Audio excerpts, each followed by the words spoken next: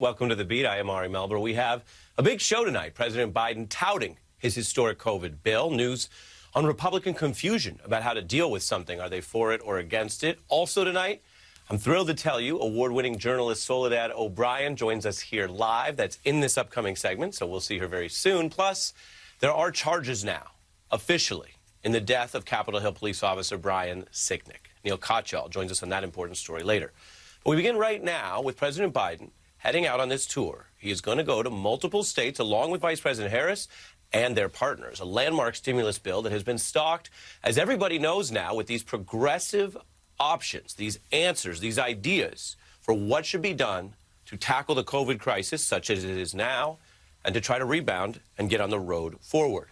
Democrats are now eyeing this openly as both a solution set of plans for the nation and a political weapon. Possible keys to Democrats' chances of winning something that they see as fundamental for this Biden era, which would be more seats in Congress. There are signs the message may be breaking through. 67%, that is a supermajority in any time period, and especially in this polarized era. 67% of Americans approving of Joe Biden's handling of COVID, the main issue, of course, of the year. And his overall approval rating up to 62%. That itself is up 6 points from just last week. If you've been watching The Beat, we've been charting some of these numbers because they are unusual, and they suggest a break with the politics and the polarization of the last 4 years, at least on some issues.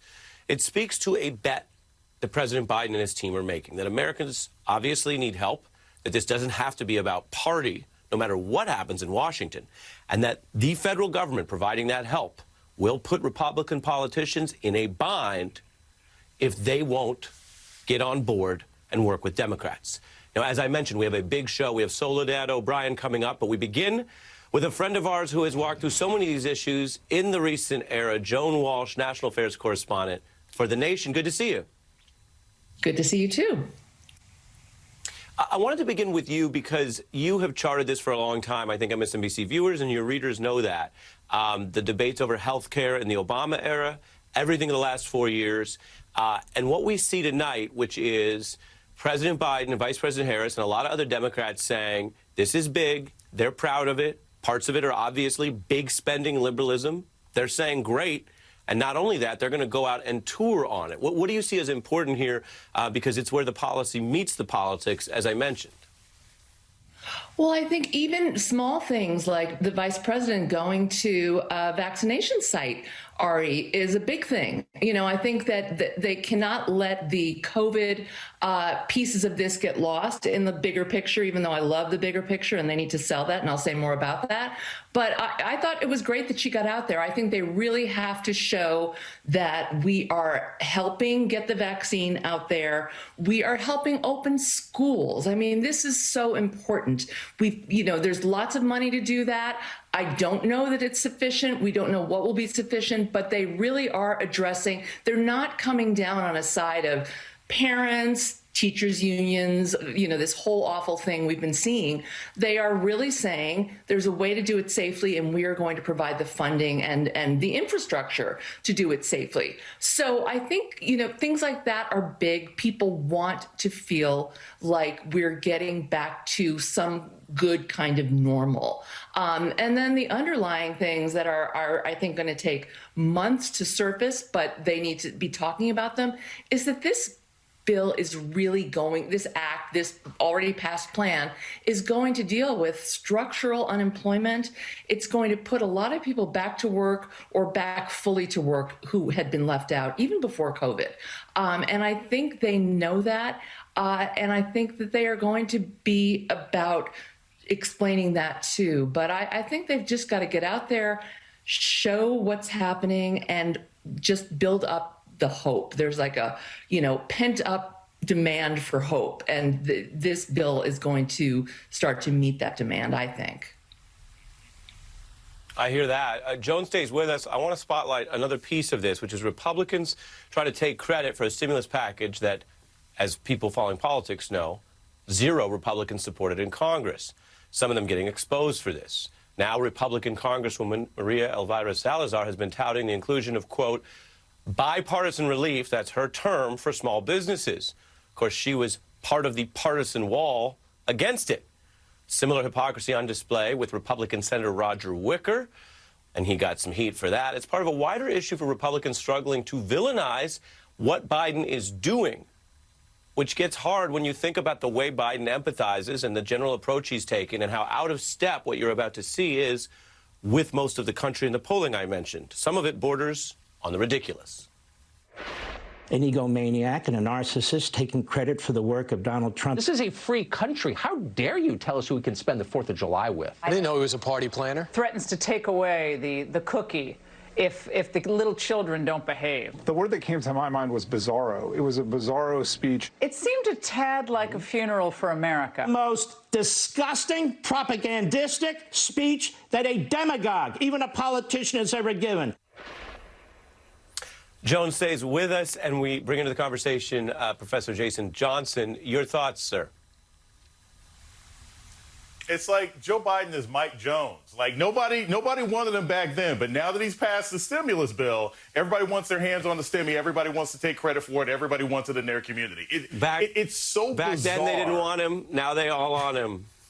Strong. Now they all on him. Now they're all on him. I mean, it's amazing to me. And here's the thing. We saw the same thing with Obama, right? With the stimulus package. You saw people like Paul Ryan, oh, the stimulus package is a terrible idea. And then he's writing letters to get his hands on some of the cash.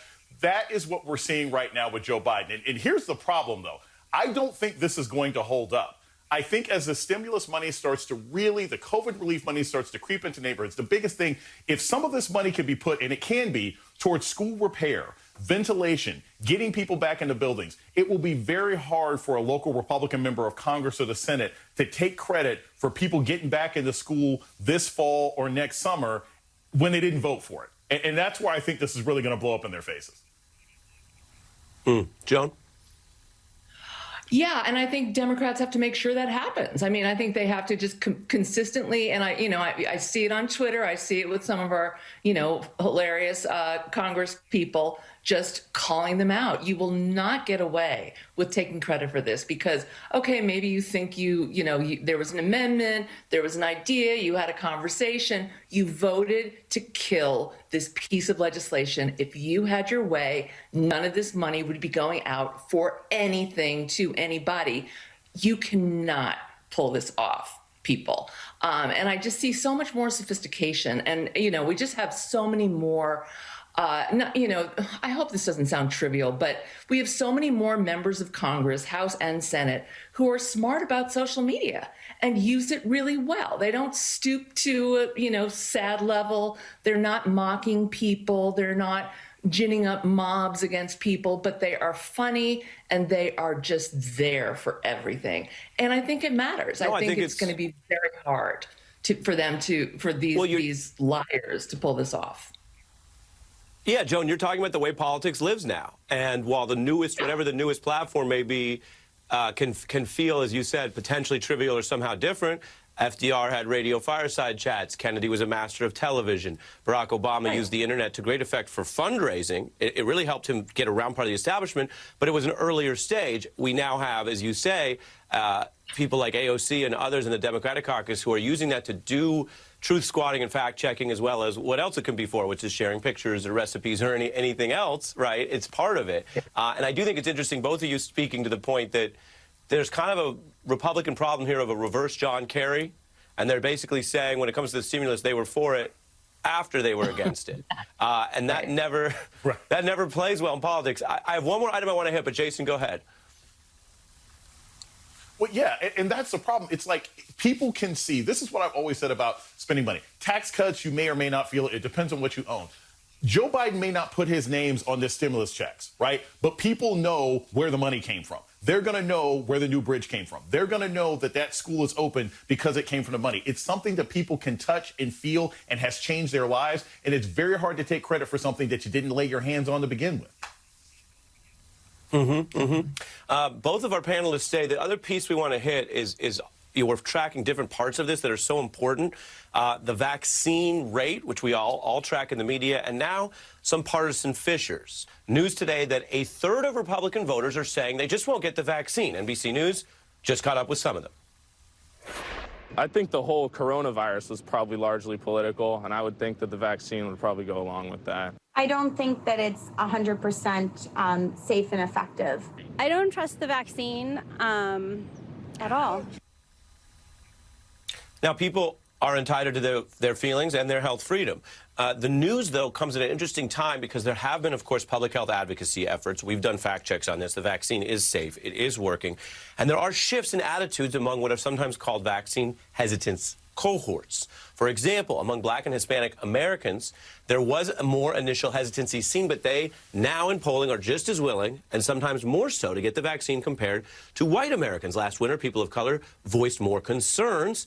And of course, there are many real disparities in terms of health care and vaccine access, but evidence here that the public health campaigns may be working. Dr. Fauci, meanwhile, saying this about his former boss, Donald Trump, and vaccines.